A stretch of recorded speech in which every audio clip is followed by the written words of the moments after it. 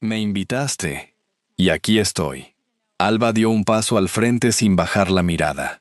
A su lado caminaban su esposo, un hombre elegante y millonario, y los 3 hijos sanos y sonrientes que nadie esperaba ver, mientras el sonido de las hélices del helicóptero aún resonaba sobre el lugar. Su exmarido la había invitado con un único propósito: humillarla delante de todos.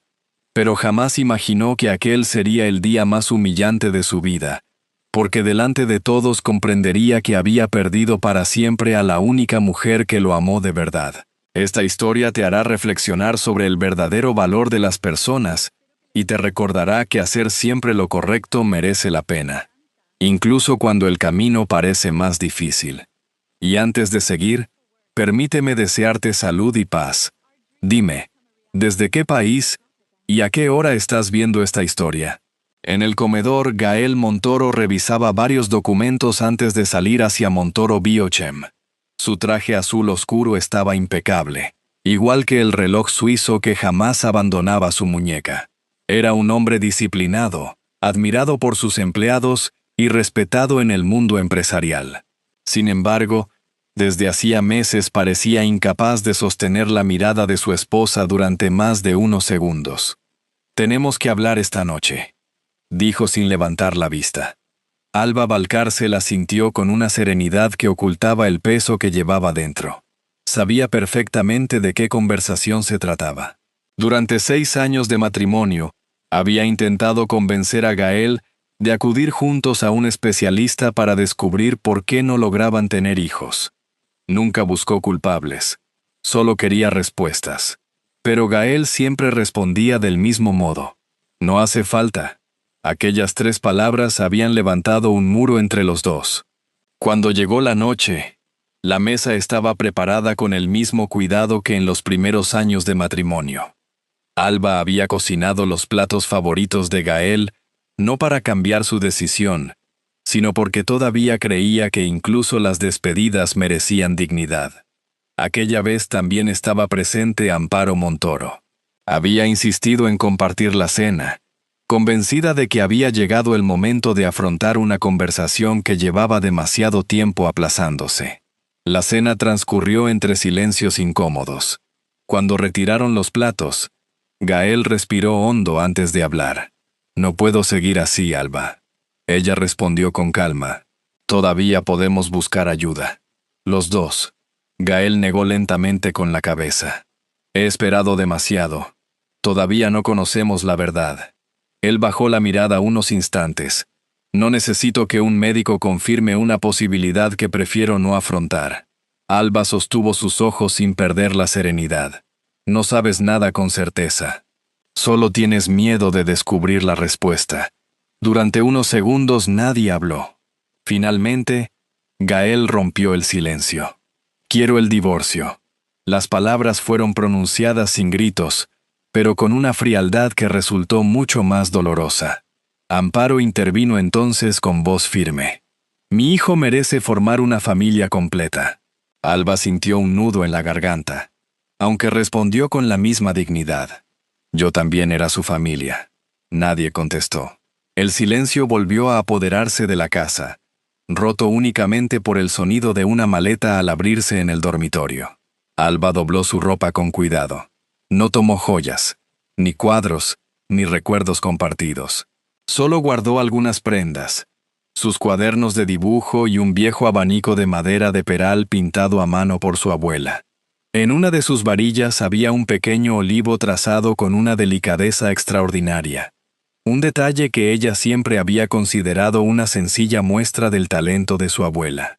Mientras sostenía el abanico entre las manos, recordó una frase que había escuchado desde niña: «Un abanico hermoso nunca nace de la prisa». De pequeña creyó que aquellas palabras solo hablaban del oficio. Aquella noche comprendió que también hablaban de la vida. Al cerrar el abanico, una pequeña astilla rozó su dedo índice. Una diminuta gota de sangre cayó sobre la madera. Durante unos segundos contempló aquella mancha sin limpiarla. Después cerró el abanico con delicadeza y lo guardó en la maleta. Antes de abandonar la casa, miró por última vez el salón donde había imaginado tantas navidades tantos cumpleaños y tantas conversaciones que nunca llegarían a existir. Cruzó la puerta con una única maleta en la mano.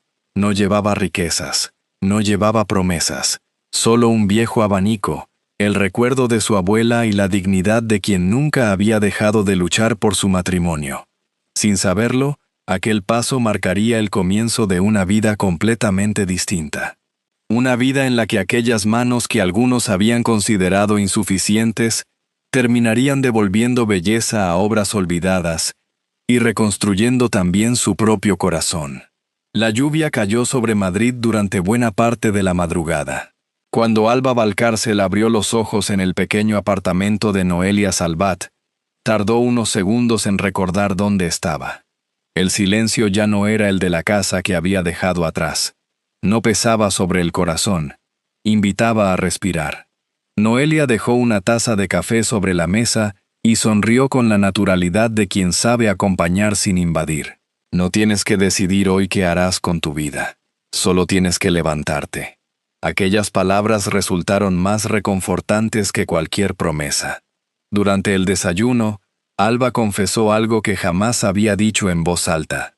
Durante 6 años terminé creyendo que el problema era yo. Quizá todos tenían razón. Noelia negó despacio. No vuelvas a condenarte sin conocer la verdad. Si durante 6 años nadie quiso buscar respuestas, ahora es el momento de hacerlo. Aquella misma mañana consiguió una cita con el doctor Emilio Rivas, un reconocido especialista en medicina reproductiva. La clínica era luminosa y tranquila. Desde las ventanas podían verse los árboles de un pequeño jardín donde varias familias paseaban con sus hijos. Alba sintió un leve pinchazo en el corazón, pero ya no era la desesperación de otros tiempos, sino una nostalgia serena. El doctor la recibió con una cordialidad que transmitía confianza. Antes de hablar de resultados, me gustaría conocer su historia. Alba relató los años de matrimonio, las esperanzas repetidas mes tras mes, y las innumerables ocasiones en que había pedido que ambos se realizaran estudios completos. Nunca habló con rencor. Incluso al mencionar a Gael, eligió las palabras con respeto.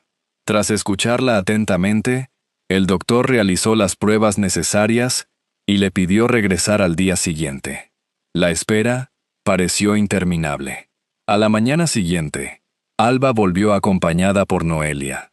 Mientras aguardaban en la sala de espera, observó a una niña que intentaba abrir un pequeño abanico de colores comprado en una tienda de recuerdos.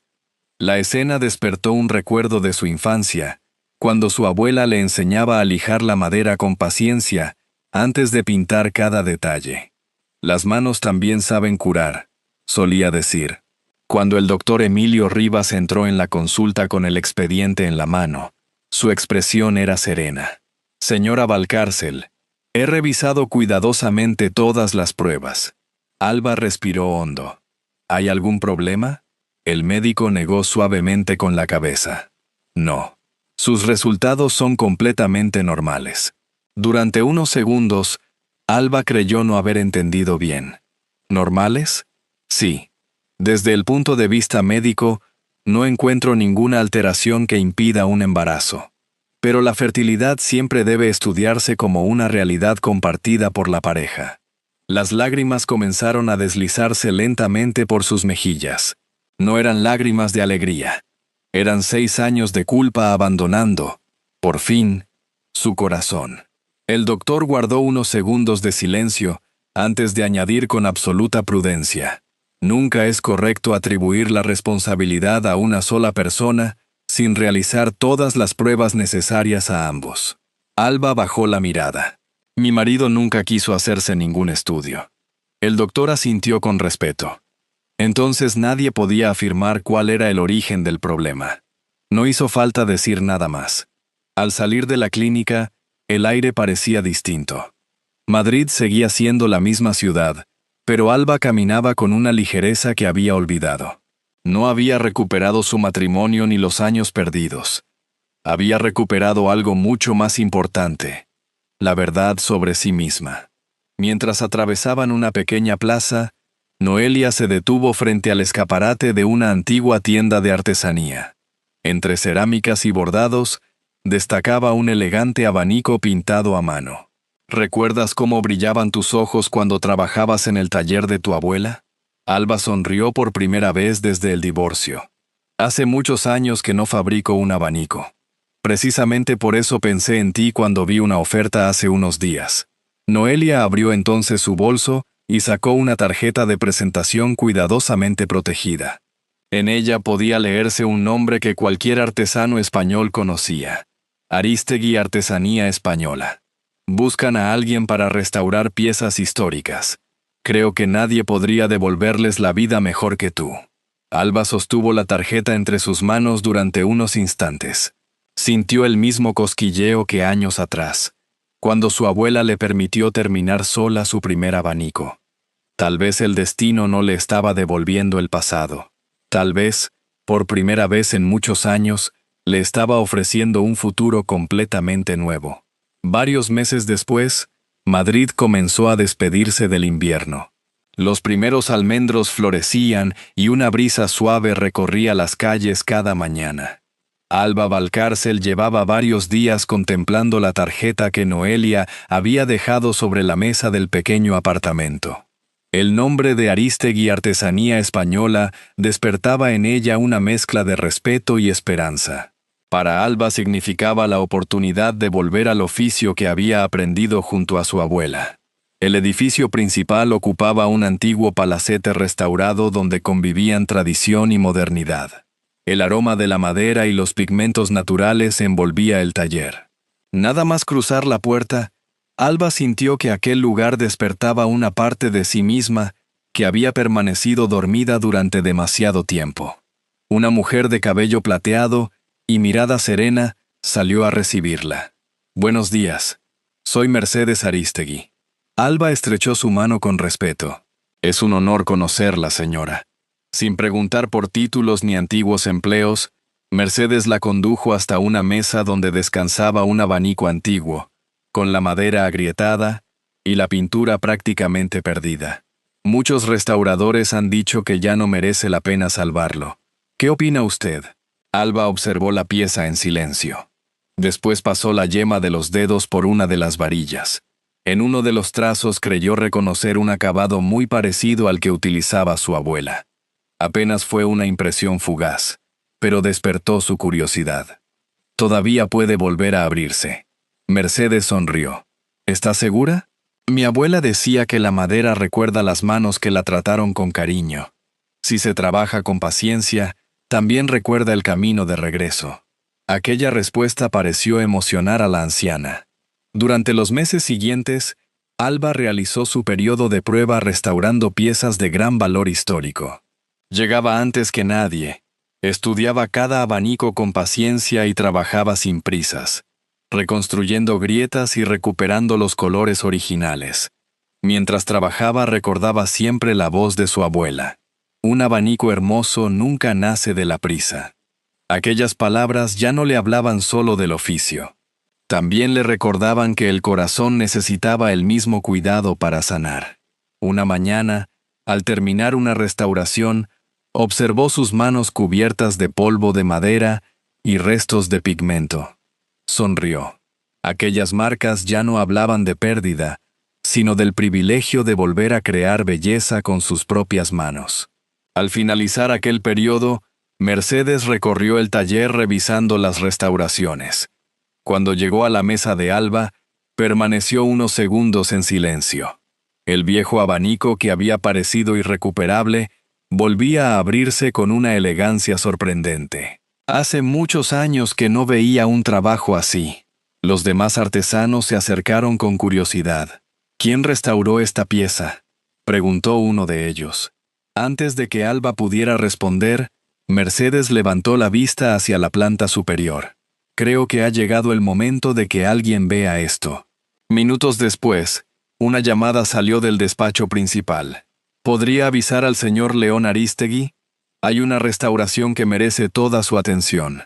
Sin saberlo, Alba acababa de abrir mucho más que un antiguo abanico. También estaba abriendo la puerta hacia la etapa más inesperada de su vida. La noticia de la extraordinaria restauración recorrió discretamente los pasillos de Arístegui Artesanía Española. En aquel taller, el respeto por el trabajo bien hecho siempre hablaba más fuerte que los elogios. Aquella misma tarde, León Arístegui regresó de una reunión con varios coleccionistas en Sevilla. Como hacía siempre, antes de subir al despacho recorrió el taller. Mercedes lo esperaba junto a una mesa cubierta por una tela de lino. Antes de revisar los informes, quiero enseñarte algo. León retiró la tela. Frente a él, apareció el antiguo abanico que meses atrás había sido considerado irrecuperable. Lo abrió lentamente. La delicadeza de los trazos le recordó la forma de trabajar de antiguos maestros artesanos, una técnica casi desaparecida. ¿Quién lo hizo? Una mujer que se incorporó al taller hace unos meses. ¿Su nombre? Alba Valcárcel. León volvió a contemplar la pieza. Quiero conocerla. Mercedes sonrió. Todavía no. ¿Por qué? Porque primero quiero que la valores por sus manos y no por su historia. León comprendió de inmediato lo que su madre quería decir.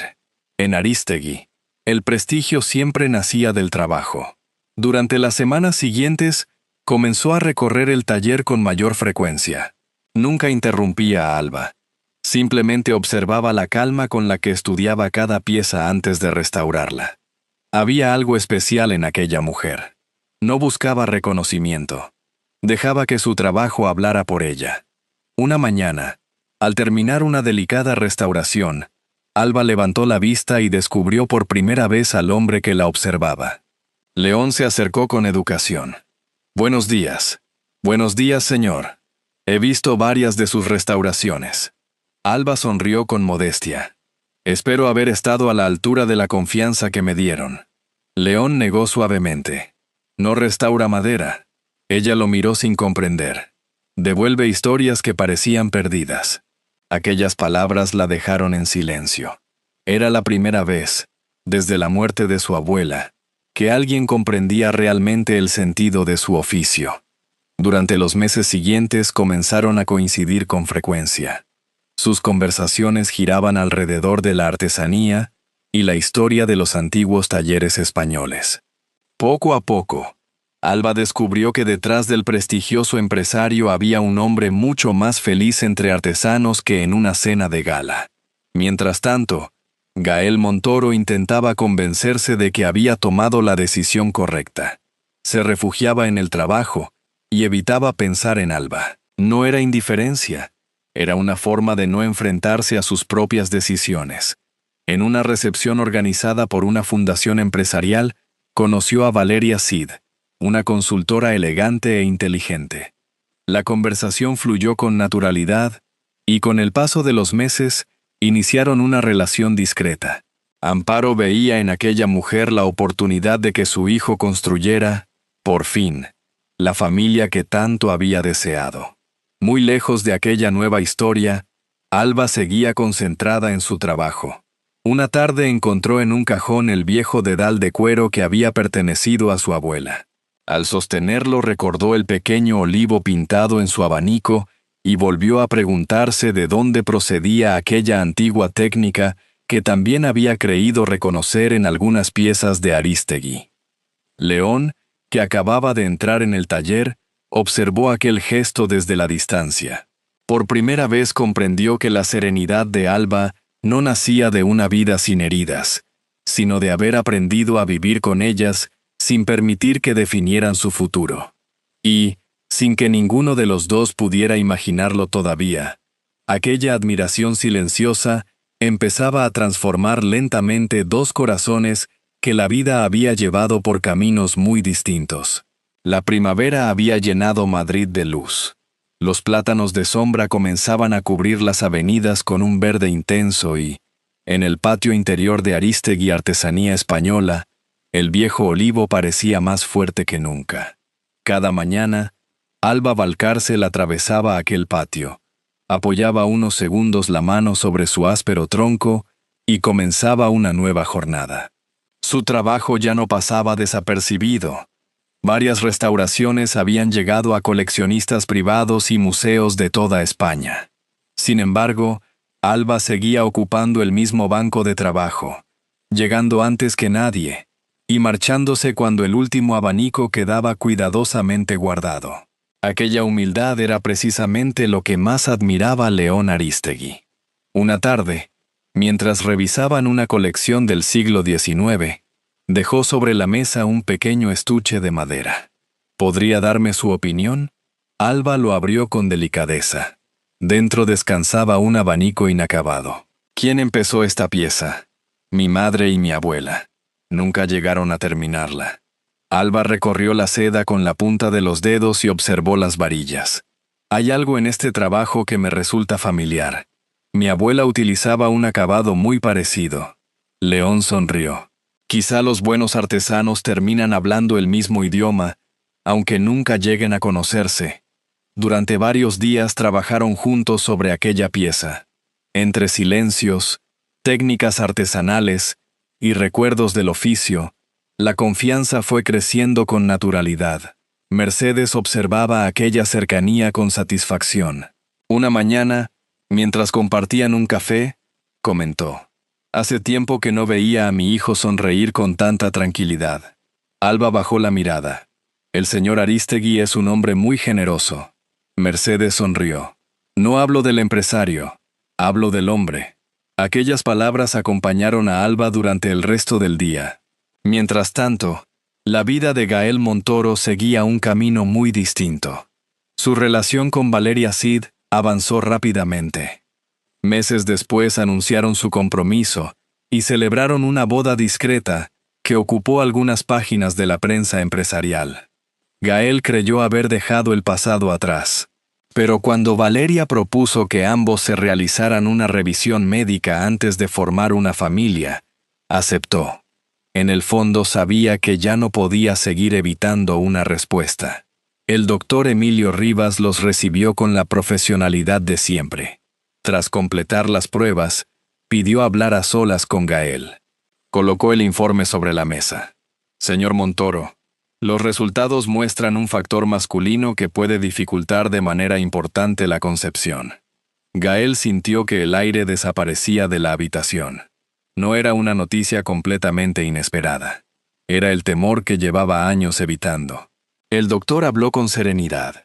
«Existen tratamientos y distintas alternativas. Lo importante ahora es afrontar la situación con información y sin buscar culpables».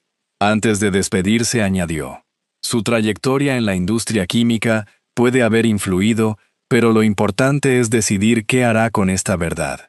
Por primera vez, Gael recordó a Alba pidiéndole una y otra vez que ambos acudieran juntos a un especialista.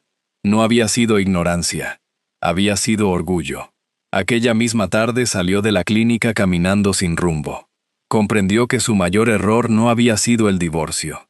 Había sido condenar a la única mujer que siempre quiso buscar la verdad a su lado. Muy lejos de allí, Alba terminaba la restauración del abanico inacabado de la familia Arístegui. Cuando lo abrió por última vez, la seda pintada mostraba una bandada de golondrinas sobre un olivar. En un extremo, casi oculto entre las ramas, aparecía un pequeño olivo pintado con el mismo delicado trazo que su abuela había dejado años atrás en su propio abanico. León contempló la obra en silencio. Entonces comprendió que no solo había encontrado a la mejor artesana que había pasado por el taller en muchos años. Había encontrado a la persona capaz de devolverle el alma a la historia de su familia. El verano llegó a Madrid, y casi un año después de la incorporación de Alba al taller, todos los artesanos de Arístegui Artesanía Española fueron convocados al antiguo salón principal. Alba ocupó discretamente uno de los últimos lugares. Mercedes Arístegui recorrió la sala con la mirada antes de hablar. «Nuestra casa ha sobrevivido más de 100 años porque siempre ha premiado el talento, el esfuerzo y la honestidad». Hizo una breve pausa. «Después de escuchar la opinión de todos los responsables del taller, hemos tomado una decisión unánime». León dio un paso al frente. «A partir de hoy, Alba Valcárcel será la nueva directora artística de Arístegui Artesanía Española». Durante unos segundos reinó el silencio. Después, el taller estalló en un largo aplauso. Los artesanos fueron los primeros en felicitarla. Sabían mejor que nadie cuánto había trabajado durante aquellos meses para devolver la vida a piezas que muchos consideraban perdidas. Alba apenas pudo contener la emoción. «Creo que se han equivocado». Mercedes sonrió con ternura. «No, solo hemos tardado en encontrarte». Aquella mujer que un año atrás había abandonado su hogar con una sola maleta, era ahora reconocida por el talento que siempre había llevado dentro. Cuando terminó la reunión, León la alcanzó junto al viejo olivo del patio. «¿Estás bien?». Alba sonrió entre lágrimas. Era la primera vez que aquel «tú» surgía entre ellos con absoluta naturalidad. Mi abuela decía que los árboles fuertes tardan muchos años en crecer. León levantó la vista hacia el olivo. Y aún así, nunca dejan de dar fruto. Aquella tarde caminaron juntos por Madrid. Sin grandes declaraciones, compartieron por primera vez sus heridas. «Durante mucho tiempo pensé que mi vida había terminado», confesó Alba. León asintió. «Yo también. Mi matrimonio terminó hace años y me refugié por completo en el trabajo». Alba comprendió entonces la serenidad que siempre había visto en él. Los dos conocían la pérdida. Y precisamente por eso ninguno tenía prisa. Con el paso de los meses, la amistad fue transformándose en un cariño profundo. Los empleados del taller notaban que León sonreía con más frecuencia y que Alba recuperaba poco a poco la alegría. Una tarde de otoño, Mercedes tomó la mano de ambos. «La vida ya os ha enseñado suficiente dolor. No tengáis miedo de volver a ser felices». Aquellas palabras quedaron grabadas en sus corazones. Mientras tanto, la situación de Gael Montoro se deterioraba. Tras conocer el diagnóstico del doctor Emilio Rivas, inició el tratamiento recomendado. Pero la tensión con Valeria fue creciendo. Una noche ella le preguntó: «¿Tu exesposa sabía algo de esto?». «No». «Entonces, ¿por qué nunca quisiste hacerte las pruebas cuando ella te lo pidió?». Gael cerró los ojos unos segundos antes de responder. «Porque tenía miedo de descubrir que llevaba años culpando a la persona equivocada». Aquella confesión bastó para que ambos comprendieran que ya no podían seguir adelante juntos. Meses después decidieron divorciarse de mutuo acuerdo. Por primera vez, Gael se quedó completamente solo, acompañado únicamente por el peso de unas decisiones que jamás podría cambiar. Un año después, Arístegui Artesanía Española inauguró una gran exposición dedicada al patrimonio artesanal español. La colección diseñada por Alba recibió el reconocimiento de museos, críticos y artesanos de todo el país. Entre los visitantes anónimos que recorrieron la exposición se encontraba también Gael. Permaneció unos minutos observando una de las piezas restauradas por Alba y leyó su nombre en la placa del museo. Desde la distancia la vio sonreír junto a León. Comprendió que aquella felicidad ya no le pertenecía y, por primera vez, aceptó la verdad sin intentar cambiarla. Cuando los últimos invitados abandonaban la sala, León se acercó con un pequeño estuche de nogal. Dentro descansaba un abanico completamente blanco. «Recuerdo que una vez dijiste que un abanico en blanco espera a quien deba contar su historia». Después sacó un anillo. «¿Quieres que escribamos juntos el resto de la nuestra?». Las lágrimas volvieron a llenar los ojos de Alba. Esta vez nacían de la felicidad. «Sí, quiero». Meses después celebraron una boda íntima bajo el viejo olivo del jardín de los Arístegui, rodeados únicamente por familiares, amigos y los artesanos del taller. Los años pasaron con la misma paciencia con la que se restaura una obra valiosa. Con el apoyo de León y siguiendo las recomendaciones del doctor Emilio Rivas, Alba dejó de vivir la maternidad como una carrera contra el tiempo. Tras un proceso sereno y acompañado médicamente, la vida terminó sorprendiéndolos cuando menos lo esperaban. Primero nació una niña, Isabel, en honor a la abuela que enseñó a Alba que la paciencia también podía convertirse en belleza. 2 años más tarde llegaron los mellizos Daniel y Lucía. La casa volvió a llenarse de risas, pequeños pasos y abanicos de colores pintados por manos diminutas. En las tardes de verano, los tres niños corrían alrededor del viejo olivo mientras Alba y León los observaban sonriendo. Sobre una repisa, el viejo abanico de su abuela descansaba junto al abanico en blanco que un día León le había regalado, como si ambos custodiaran la historia de dos familias unidas por el mismo amor al oficio. Entonces Alba comprendía, una vez más, el verdadero significado de las palabras de su abuela. Un abanico hermoso nunca nace de la prisa. Una vida feliz tampoco. Porque el amor auténtico no siempre llega primero. A veces llega después de las heridas. Y precisamente por eso permanece para siempre. Después de todo lo vivido, queda la sensación de que algunas heridas nunca desaparecen por completo, pero sí pueden transformarse en el lugar donde comienza una vida nueva. A veces, el destino no nos devuelve aquello que perdimos, simplemente nos conduce, con paciencia, hacia algo mucho más valioso. Personalmente, siempre he creído que las historias que permanecen en la memoria no son las de quienes nunca cayeron, sino las de quienes encontraron el valor para levantarse sin dejar de ser buenas personas. Y ahora me gustaría hacerte una pequeña pregunta. Si esta historia te ha emocionado o te ha dejado alguna enseñanza, escribe un 1 en los comentarios.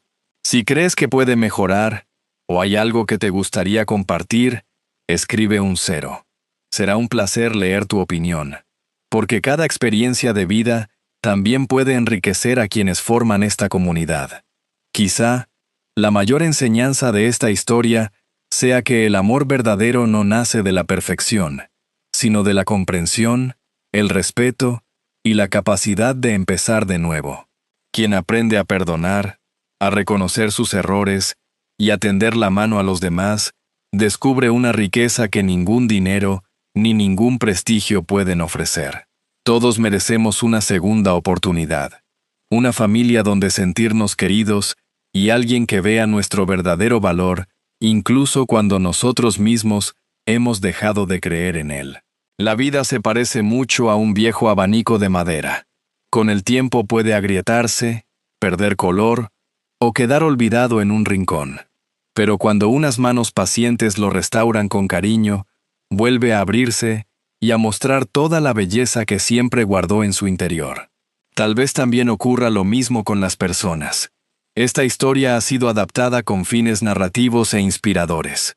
Aunque algunos acontecimientos o personajes han sido recreados, los valores que transmite nacen de experiencias humanas que muchas personas han vivido de una u otra manera. Antes de despedirnos, te invito a dedicar unos segundos a pensar en las personas que han marcado tu vida y en aquellas a las que quizá todavía estás a tiempo de ofrecer una palabra amable, una oportunidad o un gesto de reconciliación. Y si esta historia ha tocado tu corazón y te ha acompañado durante unos minutos, será un honor volver a encontrarnos en una próxima historia. Porque, al igual que un abanico restaurado vuelve a desplegar toda su belleza, un corazón que aprende a amar de nuevo nunca deja de encontrar un nuevo motivo para abrirse a la vida.